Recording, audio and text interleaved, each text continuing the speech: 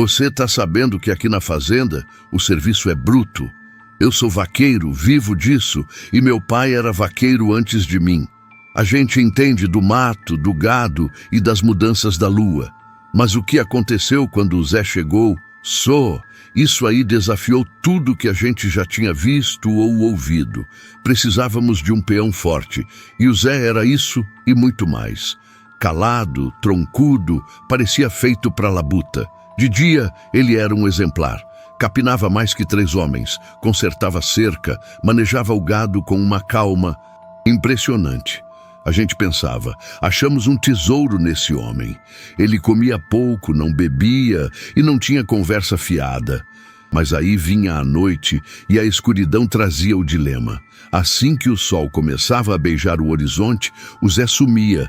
Ele não ficava na casa dos peões conosco. Dizia que tinha que ir num canto isolado, que tinha compromissos. A gente da roça respeita o espaço, mas esse sumiço constante era estranho demais. E o pior, junto com o sumiço dele, começou o terror.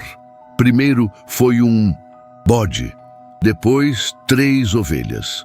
Depois, o gado em pânico descontrolado, arrebentando cercas, mugindo de medo puro. O cheiro de sangue virou o perfume da fazenda. O patrão achava que era onça pintada ou cachorro do mato. Mas eu, que conheço os rastros, sabia que não era caça comum. Era matança por maldade ou por uma fome que parecia não ter fim. As feridas eram profundas, rasgadas, não mordidas limpas. E o que era mais perturbador, o assassino parecia ter força desumana. Foi o Manuel, o peão mais velho, que começou a ligar os pontos, vendo o jeito que os olhos do Zé brilhavam quando a lua estava cheia. Ele contou que viu o Zé se afastar da casa e meia hora depois ouviu um grito gutural vindo do meio do matagal que beira o córrego. Um grito que misturava a dor de um homem com a fúria de um animal. O Manuel jurou que viu a forma dele crescendo, a pele esticando, os ossos estalando como galhos secos. Eu ri, claro. Lobisomem é conto de fada para assustar criança, pensei. Até a noite em que eu mesmo fui buscar o bezerro perdido, bem na divisa da mata, e senti aquele odor ferroso de sangue fresco misturado com suor e pelo molhado. Eu vi a sombra. Não era a sombra de um homem ereto, Era algo curvado, maciço, peludo, se movendo com uma agilidade que desafiava a gravidade. Meu sangue gelou. Eu entendi na hora. O Zé não era só um funcionário exemplar de dia. Ele era uma criatura amaldiçoada que usava a fazenda como seu esconderijo e nosso gado como seu banquete noturno. E essa maldição estava morando debaixo do nosso teto, tomando café conosco. O medo que senti não era de morrer, era de ver a verdade que a gente ignora. E eu te pergunto agora, você acredita em lobisomem? Já viu alguma coisa que te fez duvidar da razão e aceitar o monstro? Conta pra mim nos comentários, que a gente tem muita coisa pra te contar sobre essa noite de pavor que vivemos aqui na roça. Eu já tinha visto bicho morto na minha vida. Já vi boi picado por cobra. Já vi ovelha atacada por raposa. Mas o que eu vi naquela manhã não tinha nome. Era o curral de confinamento, e lá dentro a cena era um inferno de vísceras e sangue coagulado. Não era uma onça. Onças caçam para comer, limpam a carcaça. Aquilo era selvageria pura, um rasgar por diversão. 30 porcos e 5 bezerros dilacerados, espalhados, alguns com a cabeça arrancada por uma força que só pode ser descrita como sobrenatural. O cheiro era insuportável, ferro e fezes, medo puro. O patrão estava gritando, xingando a sorte. Estava lá, o Zé, de pé, olhando para o massacre com a mesma indiferença com que olhava para um monte de feno.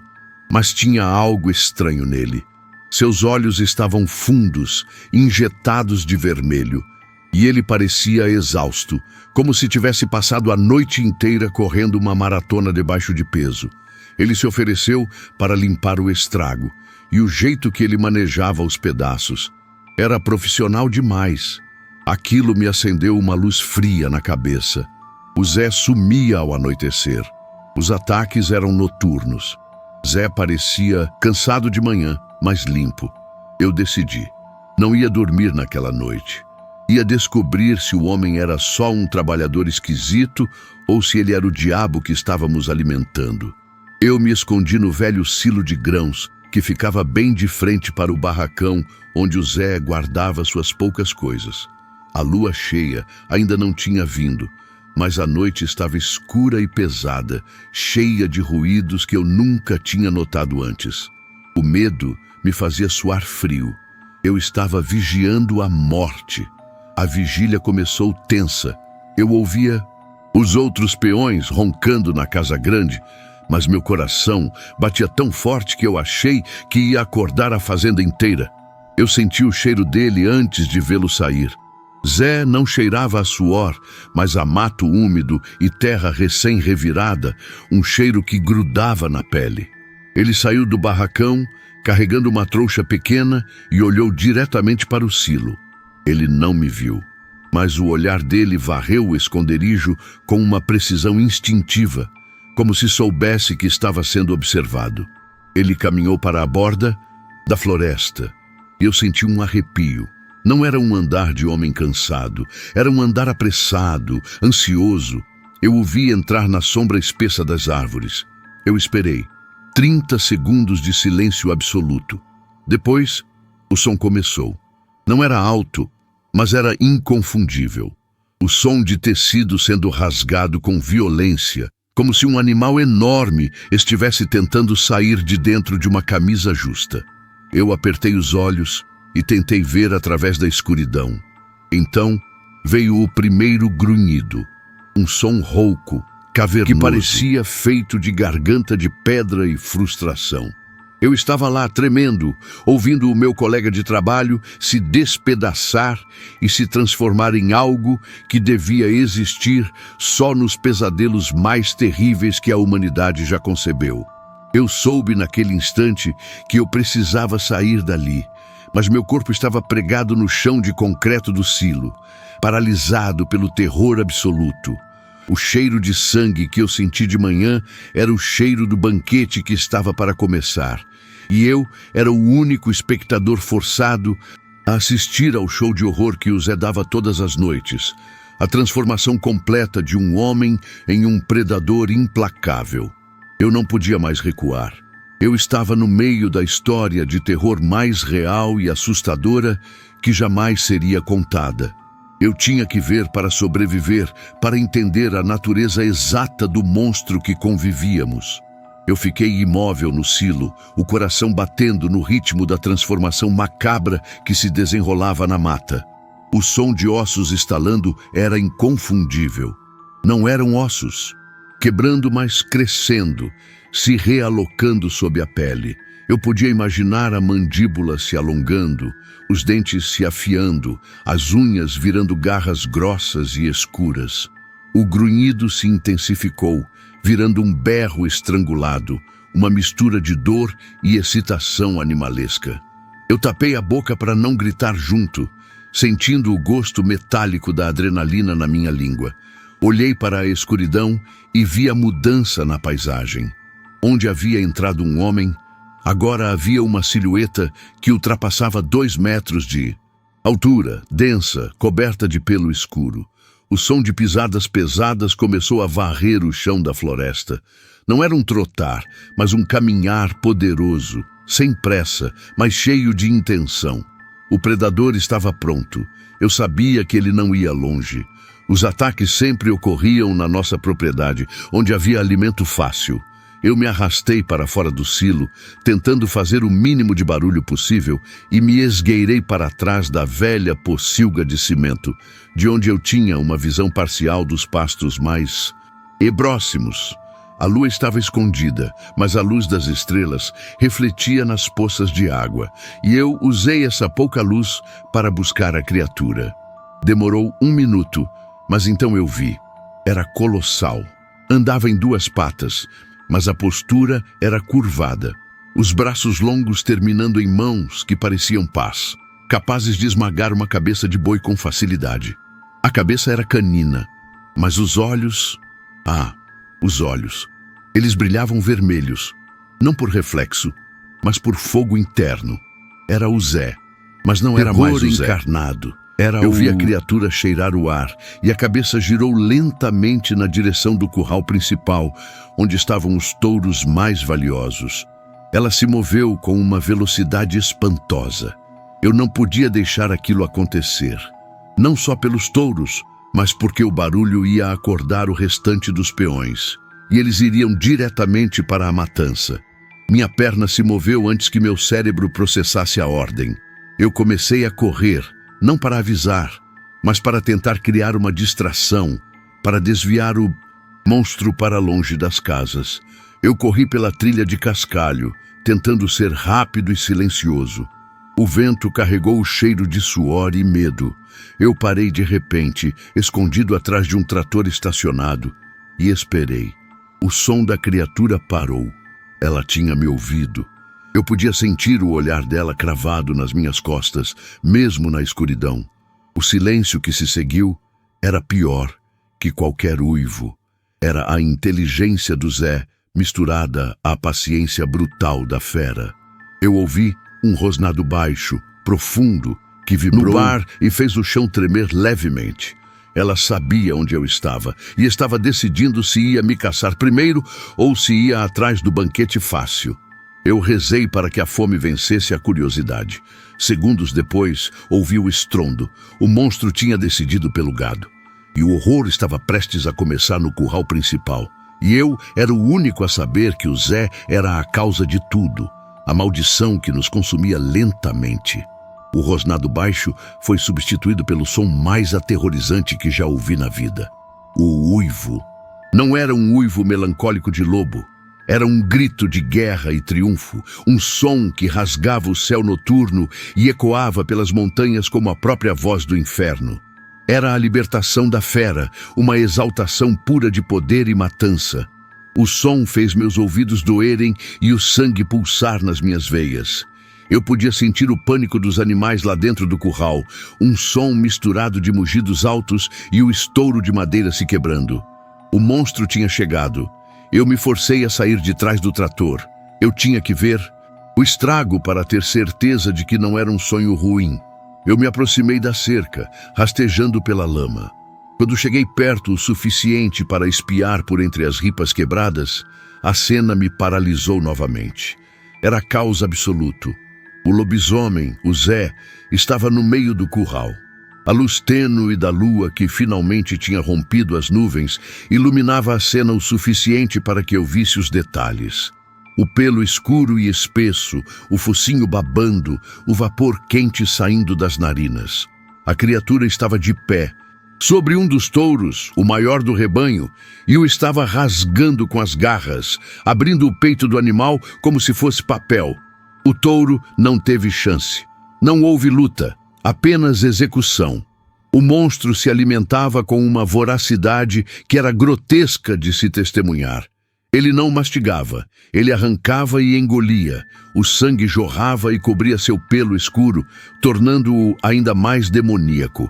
O som do rasgar da carne e dos ossos se quebrando era nauseante. Os outros touros estavam encurralados, histéricos, pisoteando uns aos outros na tentativa desesperada de escapar. Foi neste momento que o monstro parou de comer. Ele levantou a cabeça coberta de sangue e olhou diretamente para mim. Não havia como ele saber onde eu estava, mas ele sabia. A inteligência do Zé, combinada com o instinto da fera, era uma mistura fatal. Seus olhos vermelhos perfuraram a escuridão, encontrando meu esconderijo atrás das tábuas. Ele soltou um rosnado que não era de aviso, mas de convite para a caça. O animal me viu, me cheirou e decidiu que eu era a próxima refeição, ou talvez o brinquedo. Ele pulou sobre o cadáver do touro e começou a caminhar na minha direção. Não caminhava devagar, mas com uma lenta certeza. Eu senti o peso do meu próprio corpo, a traição das minhas pernas congeladas. Eu sabia que se ele saísse do curral, eu estaria morto. A única cerca que me separava dele era baixa, e já estava parcialmente destruída pelo pânico do gado. Eu forcei minhas pernas a se moverem. Correr. Correr como se o inferno inteiro estivesse atrás de mim. E estava. Eu me virei e disparei, ignorando a dor nos joelhos e o terror que me sufocava. Eu não olhei para trás, mas o som me dizia tudo. O monstro tinha me priorizado. Eu ouvi o estrondo da cerca sendo pulverizada, seguido pelo som de passos pesados, acelerando no campo. Ele era rápido, inacreditavelmente rápido. Cada passo dele cobria 10 dos meus. Eu estava correndo em direção aos barracões, um erro fatal, pois era onde os outros peões estavam dormindo. Mas eu precisava de alguma luz, alguma chance de me esconder no labirinto de máquinas. Eu gritei, mas o grito saiu abafado, rouco. Eu só tinha segundos antes que o monstro alcançasse. Eu estava rezando para que a lua sumisse, para que o Zé voltasse, mas a maldição estava em pleno vapor. Eu era a presa, e o lobisomem que trabalhava na fazenda estava vindo me buscar, com a fome ainda fresca do sangue do touro em sua boca e o cheiro do meu medo em suas narinas. Eu corri desesperadamente em direção ao galpão principal, onde guardávamos os implementos agrícolas. A luz fraca da lâmpada de mercúrio pendurada sobre a porta do galpão parecia um farol de esperança. Eu senti o chão vibrar a cada passada do monstro atrás de mim. Ele estava perto, muito perto. Eu consegui entrar no galpão, tropeçando em baldes e ferramentas, e tentei fechar a pesada porta de correr. A porta era de metal velho, enferrujada e pesada. Eu mal tinha deslizado ela pela metade quando ouvi o som. Não um rugido, mas um impacto. O lobisomem bateu na porta com uma força tão brutal que o metal amassou para dentro. Eu fui arremessado contra um saco de fertilizante. O ar me faltou. Eu tentei me levantar, tossindo, enquanto o monstro tentava forçar a entrada. O metal rangeu e gemeu, e eu sabia que ele não ia aguentar por muito tempo. Olhei em volta procurando algo, qualquer coisa para usar como arma ou barricada. Vi uma marreta pesada pendurada na parede e a agarrei, o cabo lixado escorregadio de suor nas minhas mãos. A porta cedeu com um guincho agudo e o monstro entrou. A luz fraca do galpão permitiu que eu o visse em toda a sua glória aterrorizante. O Zé transformado era uma massa de músculos e pelo. A mandíbula estava aberta, expondo presas longas e brancas, pingando saliva e sangue.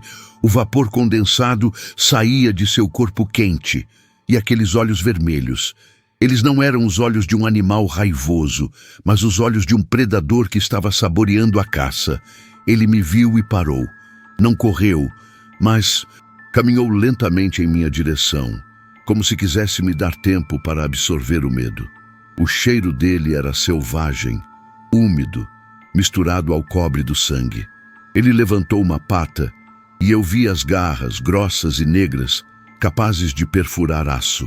O monstro estava a menos de 10 metros de mim. Eu gritei, um grito de raiva misturada a terror. Eu não ia morrer ali, encurralado como um rato. Eu levantei a marreta e ataquei, não mirando na cabeça, mas no joelho, na articulação da perna que o sustentava. O golpe acertou, e o som foi um baque seco, um som que faria um homem cair de dor. Mas o lobisomem mal cambaleou. Ele soltou um rosnado irritado, não de dor, mas de surpresa por minha resistência. A marreta se dobrou. Ele me atingiu com o dorso da mão. O impacto me jogou contra a parede de madeira do galpão. Eu senti um estalo nas costelas e o ar me abandonou novamente. Eu caí no chão, a marreta escorregou da minha mão dormente. Eu olhei para cima e o monstro estava sobre mim. A sombra dele me cobriu completamente. Ele se inclinou, o focinho a centímetros do meu rosto, e eu pude sentir seu hálito quente e pútrido. Ele não me mordeu de imediato. Ele estava me cheirando, me estudando. Eu vi o brilho de inteligência naqueles olhos. Ele estava gostando. Eu fechei os olhos aceitando o fim. Mas no último segundo, ouvi um barulho na parte de trás do galpão. Uma porta de serviço de emergência que dava para os campos de milho. foi o suficiente. O monstro hesitou, distraído. Usei o último resto de força, rastejei e me joguei pela porta aberta, rolando na terra úmida.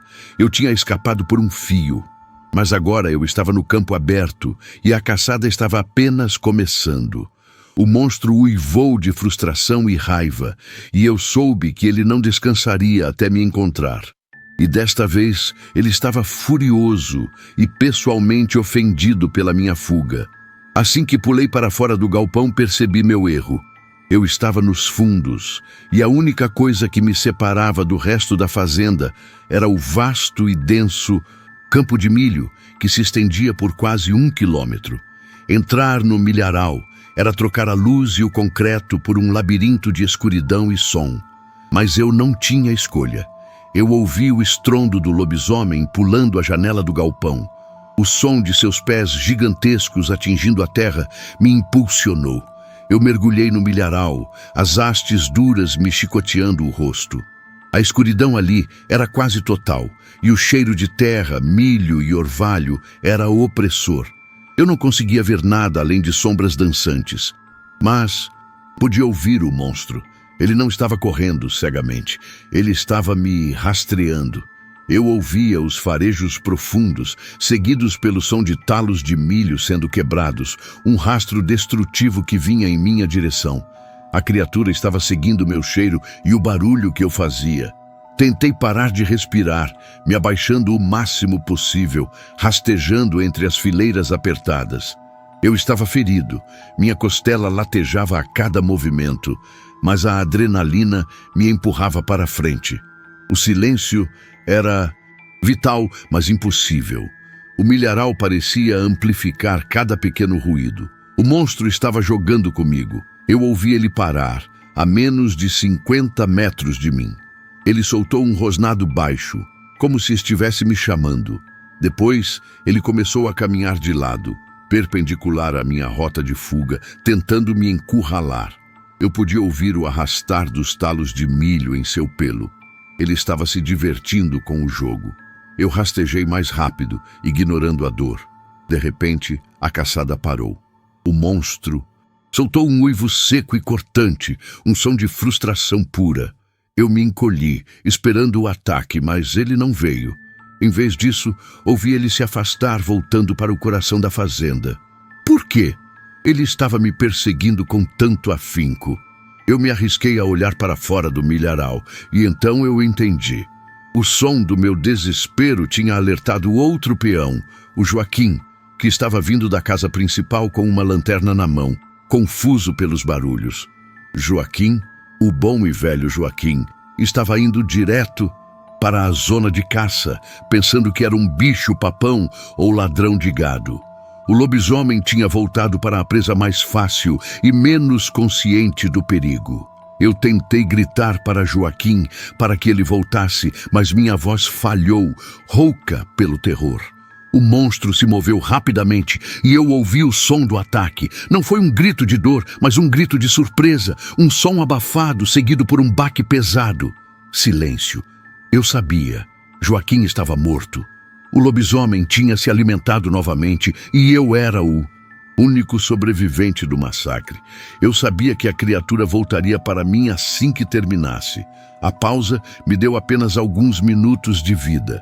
Eu me levantei e comecei a correr novamente, mas desta vez em direção à única coisa que me vinha à mente, o rio.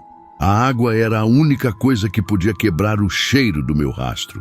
Eu precisava chegar à margem antes que a fera faminta voltasse para me procurar. A morte de Joaquim me deu um novo fôlego de terror. A criatura estava agora completamente solta e saciada, mas seu instinto predatório estava aguçado. Eu não podia mais contar com a sorte ou a distração. Eu corri através do milharal em direção ao rio, o único objetivo em minha mente. A cada passo, eu ouvia os talos se quebrando de uma forma ainda mais violenta atrás de mim. O monstro não estava mais tentando ser sutil. Ele estava atravessando o milharal como um trator, abrindo um caminho reto na minha direção, derrubando tudo que estava em seu caminho. Eu tentei me desviar, correr em zigue-zague, Mas a fera era rápida demais e a escuridão dificultava minha visão. Eu senti o vento do monstro passar. Ele estava tão perto que o cheiro dele, pelo molhado, sangue e um toque de algo humano e sujo, me atingiu em cheio. Eu tropecei e caí, deslizando na lama. No mesmo instante, uma garra gigantesca desceu, rasgando o ar onde minha cabeça estava há um segundo. Eu ouvi o som da garra fincando fundo na terra. Eu rastejei para longe, meu pânico atingindo o pico. Eu estava a poucos metros de ser desmembrado. O lobisomem soltou um rosnado de prazer, como um gato brincando com um rato. Ele não me atacou de novo imediatamente. Ele estava esperando, me observando rastejar. Eu olhei para trás e vi a silhueta dele se erguendo sobre o milho. Ele era monstruoso. Parecia maior do que antes, mais imponente, coberto de uma lama escura que o tornava quase invisível na noite. Eu usei o último resquício de força para me jogar para a frente, atingindo a borda do milharal. O rio estava ali, a menos de 20 metros, um brilho prateado sob a lua crescente. Eu me levantei e corri. Eu sentia dor aguda na minha costela, mas continuei. A cada passo, o som da fera diminuía a distância entre nós. Eu cheguei à margem do rio e pulei sem hesitar na água gelada. O choque térmico me fez ofegar, mas o frio era uma bênção. Eu mergulhei, tentando ficar submerso o máximo possível, esperando que a água quebrasse meu cheiro. Quando emergi, respirei fundo, o ar frio queimando meus pulmões. Olhei para a margem. O lobisomem estava lá. Ele não pulou. Ele estava parado na borda, olhando para a água com uma fúria contida. Ele odiava a água, ou talvez a água fosse a fronteira que a maldição não permitia que ele cruzasse facilmente. Ele soltou um uivo longo e desesperado, um som que falava de fome não saciada e ódio. Eu nadei contra a correnteza, me afastando dele. Ele caminhou ao longo da margem por um tempo, me acompanhando. A visão dele era aterradora, a besta molhada, os músculos tensos, os olhos vermelhos fixos em mim. Eventualmente ele parou. Ele sabia que eu estava ferido e que não conseguiria ir muito longe. Ele voltou a farejar o ar e eu percebi. Ele ia me esperar na outra margem, ou talvez voltar para a fazenda para terminar o que tinha começado.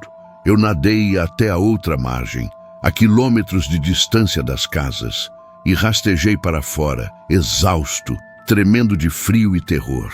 Eu me escondi em uma pequena gruta, ouvindo o uivo distante do monstro, sabendo que a noite ainda era jovem.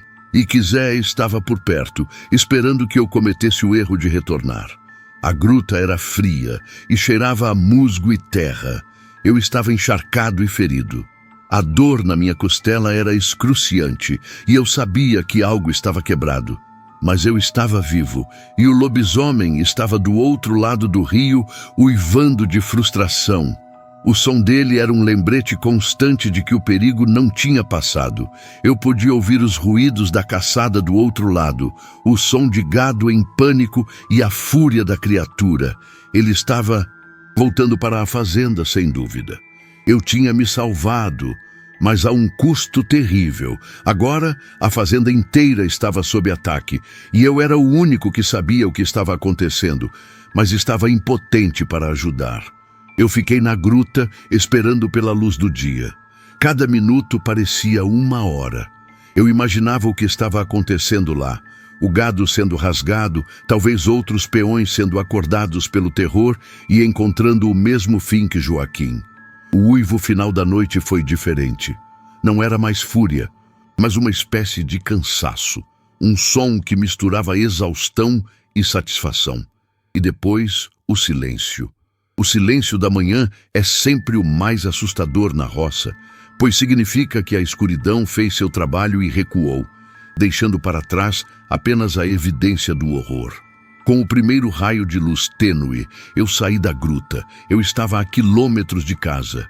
Eu comecei a caminhar, usando a dor como combustível. Eu precisava ver, eu precisava saber se a transformação tinha revertido. Demorou horas. Quando finalmente Cheguei à divisa da fazenda. O cheiro de morte era esmagador. Eu contornei o curral. A cena era pior do que eu tinha imaginado.